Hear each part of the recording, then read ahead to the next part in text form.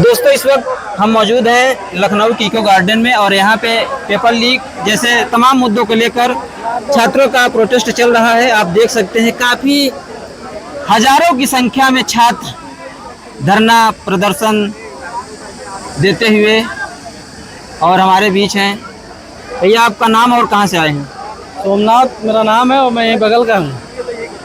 अच्छा, तो आप लोग के क्या मुद्दे हैं? इतनी बड़ी संख्या में क्यों आप लोग इकट्ठा हुए? यहाँ पे जो सरकार से यहाँ के लोगों के जो जितने भी छात्र हैं उनका बस एक ही उद्देश्य, एक ही मुद्दा है कि जो यूपीएसआई का पेपर हुआ उसमें जो कट ऑफ निकाली गई तो उसका स्कोर कार्ड दे दिया जाए। और लेखपाल के जो क्या नाम है एग्जाम हुआ उसके एग्जाम के बहुत सारे मुद्दे चल रहे हैं। आपका नाम भैया और कहाँ से आए हैं आप? अतुल नाम है मेरा। कहाँ से आए हैं? मैं लखनऊ से ही हूँ। तो क्या लगता है कुछ निष्कर्ष निकलेगा कि नहीं?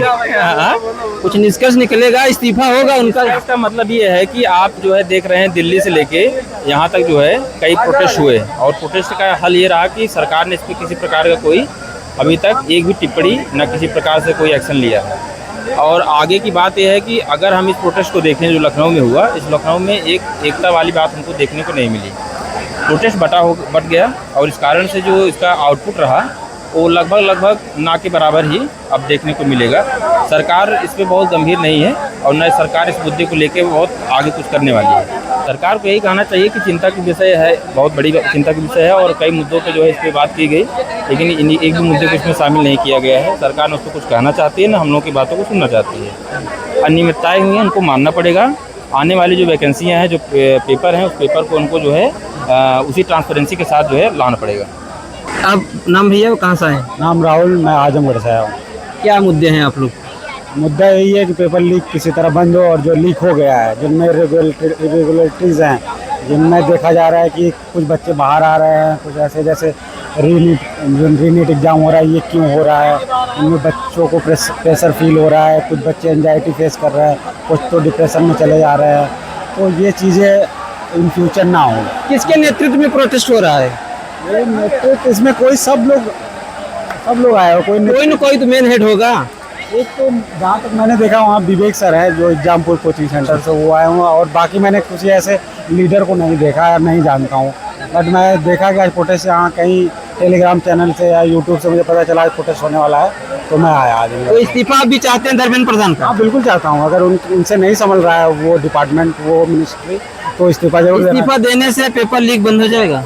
पेपर लीक नहीं बंद होगा, लेकिन अगर कोई उनसे बेटर आएगा वो पक्का लीक बंद करेगा। आपको क्या लग रहा है ये जो पेपर लीक वगैरह हो रहा है, ये धर्मेंद्र प्रधान में पर्सनल कमियां हैं या फिर सरकार की कमी है? ये धर्मेंद्र प्रधान की कमी है। धर्मेंद्र प्रधान उतने एलिजिबल नहीं है कि वो जो है पेपर अच्छे से कंडक्ट करा पा रहे हैं। अगर वो अपने वोट बैंक के बारे में सोच रहे हैं कि मेरा वोट बैंक चला जाएगा, तो ये जो जितने छात्र हैं, जितने भी युवा हैं, जितने भी बच्चे हैं, CBSE में अभी देखिए कितनी इरेगुलरिटीज़ हुई थी, तो वो सब बच्चों के लिए बहुत ही ख़राब चीज़ें हो रही हैं। बच्चों के साथ मतलब फ्यूचर के साथ खेला जा रहा है, ऐसा नहीं होना चाहिए। ठीक, धन्यवाद। आपका नाम और कहाँ से आए हैं? मेरा नाम अंशुल है, मैं गन्नौर से आया हूँ। क्या लग रहा है इस्तीफा दे देंगे ऐसे प्रोटेस्ट करने से आप लोग? इस्तीफा ना देंगे तो और प्रोटेस्ट बढ़ेगा, और दे देंगे तो अच्छी बात है। और ये जो है पेपर लीक देश का बहुत बड़ा कलंक है। अगर कोई भी पेपर लीक होता है उसमें फर्जी कोई चला गया, जैसे मान लो मैं चला गया, पेपर लीक करा गया, 10 लाख रुपए थे, और जिसने 5 साल मेहनत करी है, स्टडी करी है, वो तो बेकार। तो इससे जो है देश के जो अंधकार में जाएगा।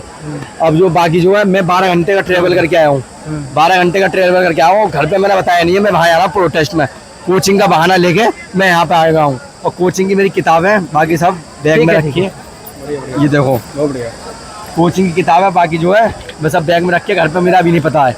अब जाऊंगा, उनका फ़ोन भी आ रहा है घर वालों का, और उन्हें पता चल गया है। ठीक है सर, सरकार का नाम और कहाँ से आए हैं? प्रवीण है, हरदोई से आए हैं सर। सरकार पूरी तरह से विफल हो चुकी है सारे मुद्दों पे। आजकल बेरोजगारी कहाँ जा रही है और भ्रष्टाचार कहाँ जा रहा है, इन सब चीज़ों, क्योंकि जो हम लोग वोट देते हैं, हमने सरकार को वोट इसलिए दिया था कि वो एक अच्छा सुरक्षित माहौल हमको उपलब्ध कराएगी, जहाँ पूरी शुचिता और पारदर्शिता होगी। लेकिन आज सर इन सब चीज़ों की कोई मतलब दूर तक कोई नामो निशान नहीं इन सब चीज़ों का।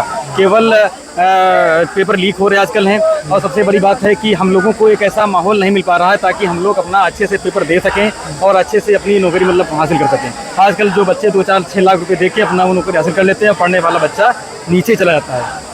तो समस्या का समाधान कैसे होगा? समस्या समाधान सर ऐसे होगा कि हम लोग अपनी बात रखेंगे सरकार समझ, और हमें पूरी उम्मीद है, हमने गवर्नमेंट को पैसा दिया, मतलब वो हमने गवर्नमेंट को वो वोट दिया है, तो पूरी बात अपनी अच्छे से रखेंगे। और सरकार, मुझे पता है, पूरी उम्मीद है कि सरकार हमारी पूरी बात सुनेगी। कैसे रखेंगे भाई? प्रोटेस्ट तो हो रहा है लगातार।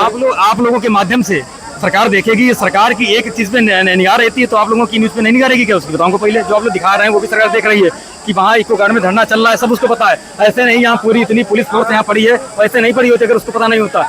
विवेक सर एग्जामपुर वाले कल आ रहे थे कि रात में उनको गिरफ्तार कर लिया गया, ट्रेन से ही गिरफ्तार कर लिया गया, डिटेन कर लिया गया, आज उनको छोड़ दिया गया है। अब बताओ, सरकार को अगर ये नहीं पता होता कि वो जा रहे हैं तो कैसे, मतलब सरकार की निगाह एक चीज पे होती है। अब तक में तो एक्शन ले लिया जाता, एक्शन ले, लेकिन देखते हैं शाम तक क्या न्यूज आती, क्या न्यूज नहीं आती है, इस हिसाब से हम लोग आगे फिर आगे का कार्यक्रम फिर जारी रहेगा। अच्छा, इसमें कांग्रेस जनता पार्टी का कहीं न कहीं क्या रोल है? सर इसके बारे में हमको कोई जानकारी नहीं, क्योंकि हम तो सुबह से आए थे। मौजूद है कि नहीं यहाँ? सर इसके बारे में हमको कोई जानकारी नहीं है अभी फिलहाल। तो क्या कहना चाहेंगे यहाँ इको गार्डन से सरकार को? सर ये कहना चाहेंगे कि सब लोगों को संगठित रहना चाहिए, एकत्रित रहना चाहिए, और अपनी मांगे बहुत शांतिपूर्ण ढंग से, अच्छे ढंग से सरकार के सामने रखनी चाहिए। और सरकार ऐसा नहीं है कि मतलब नहीं बात सुनेगी, अगर हमारी बात न्याय है, न्यायोचित है, तो बिल्कुल सुनेगी हमारी पूरी बात।